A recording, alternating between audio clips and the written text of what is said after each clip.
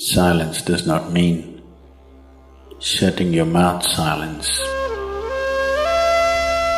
What is being referred to as silence or nishabd? One cannot do this. One can become this. See if you can articulate the same things that you're saying with half the number of words. Suddenly you will become extremely conscious of everything.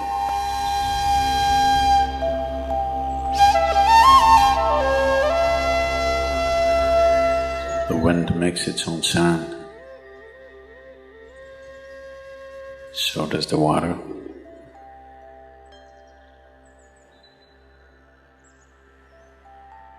So does the earth. In fact, so does the sky. All the celestial objects are making their own sounds. There are sounds of pain, sounds of pleasure, sounds of misery, sounds of joy. For everything there is a sound. In human life, it's very true. Sounds of life, and there are sounds of death,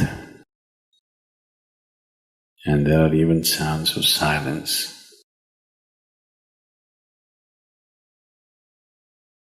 So this complex amalgamation of sounds, different kinds of sounds,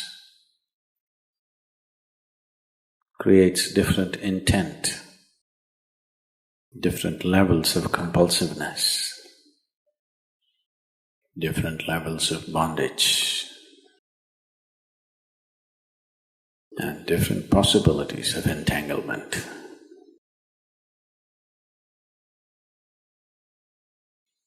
In all this, why one chooses to become silent? Silence is not a way of denying yourself life. It is not even about denying yourself articulation. Silence is about moving from compulsiveness to consciousness.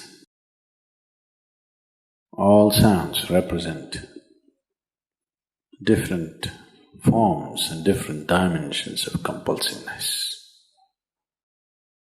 When one chooses to become conscious, not be entangled in the compulsive nature of the existence,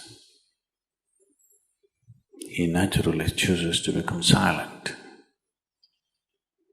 Silence does not mean shutting your mouth silence, plugging your ears silence.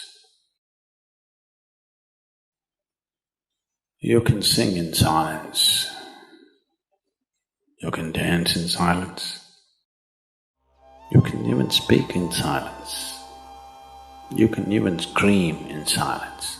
You don't try.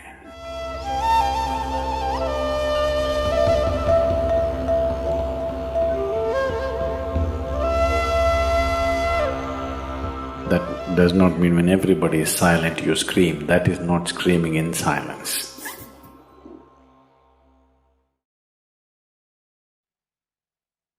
Because sound is of the surface, silence is of the core.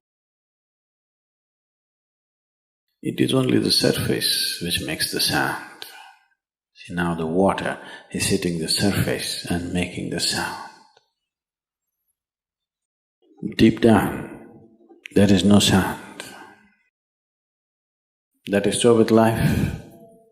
On the surface, it is a very complex mesh of sounds,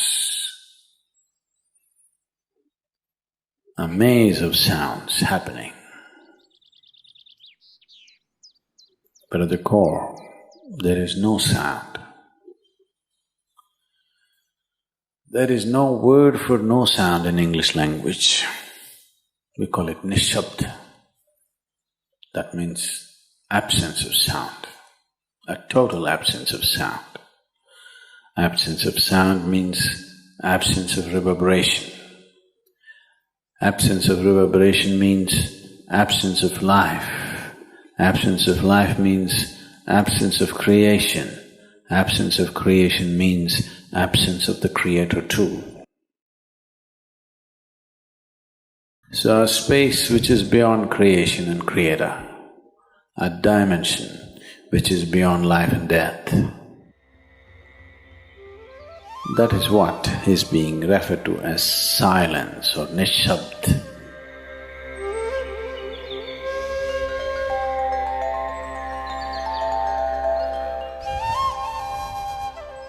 One cannot do this. One can become this. Commonly, there are two words employed to describe this. One is maun, that means you're practicing silence, you're not silent. You shut your mouth and you're remaining in maun. This is not nishabd. Maun means you're practicing silence. If you're practicing something, obviously you're not that. Are you life or are you practicing life? I'm asking you. Are you life or are you practicing life? Practicing life? No, your life. Maybe not very well practiced, but your life. Similarly, there is a difference between practicing silence and becoming silence. Practicing silence starts as a certain restriction, but slowly, as one practices silence, one can possibly become silent. One can become silent in intense activity, but nobody can keep up intense activity forever.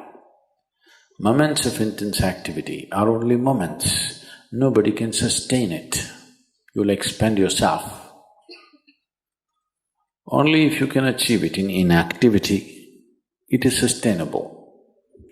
If something is possible only in intense activity, it is never sustainable. In a very intense and ecstatic moment of singing, somebody may become or taste a moment of silence. But how long can you keep it up? Your throat will tear and your neighbors may kill you. Possible. So this possibility of coming to silence or becoming silent also means to become still, to become utterly still. Stillness can be achieved in so many ways. If you watch a snake, he is still. If you watch a tiger which is on a hunt, absolutely still, charged but still.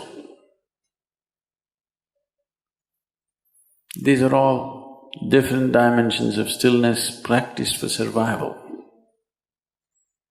If a snake moves too often, he'll get killed.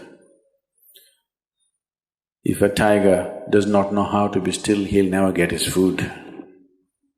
These are all acts of survival. A human being, for survival, he has to be active. Only when his vision falls upon something which is beyond survival, then he will think of stillness. Then he will understand as he observes himself, as he notices the complexity of one's compulsions. He understands the only way to solve it is to become still. to train this body, to train this mind, to become still.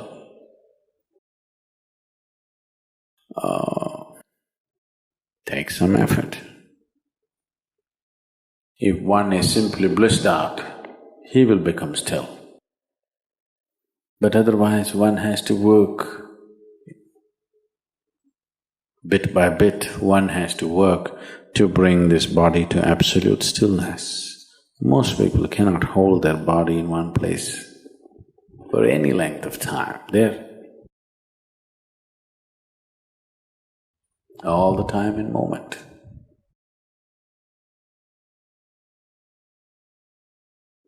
As it is said, a man is ill only because he does not know how to be still. Because in stillness, you're in touch with a dimension way beyond creation. Once one is in touch with that, there is no such thing as illness. If I sit here and the body rots and falls down, still there is no illness, it's just there. Because in fact, when one becomes utterly still, he may not be able to hold on to the body unless he learns the tricks, the mechanism of the body. So why should I become still? Will I lose my body? Anyway, you will lose your body. When the time to lose your body comes, if you want to lose it gracefully, then you must know at least a little bit of stillness.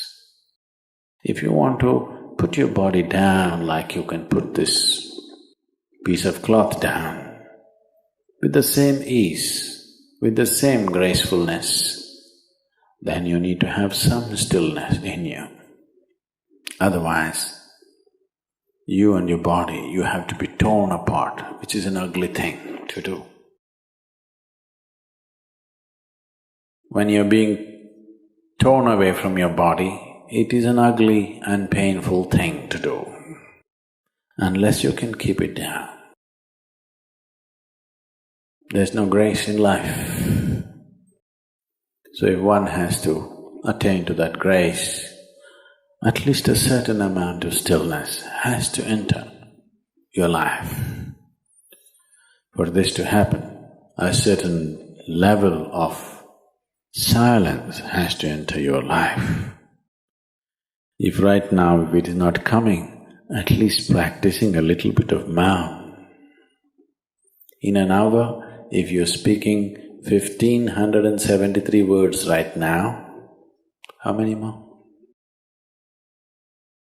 How many words do you spit out in a minute?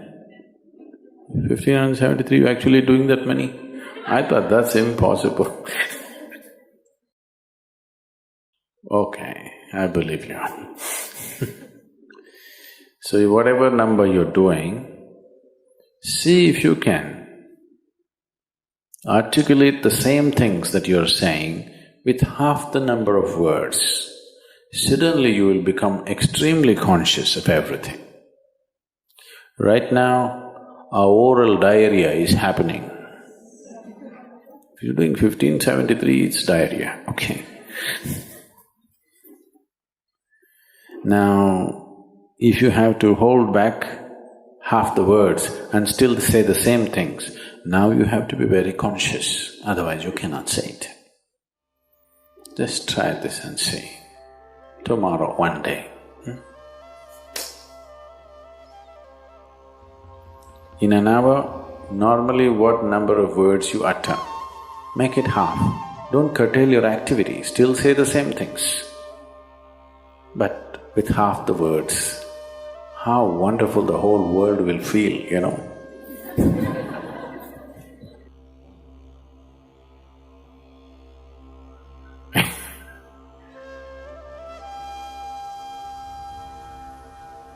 World will be a wonderful place, I'm telling you, tomorrow, if everybody does this. Many marriages will be saved.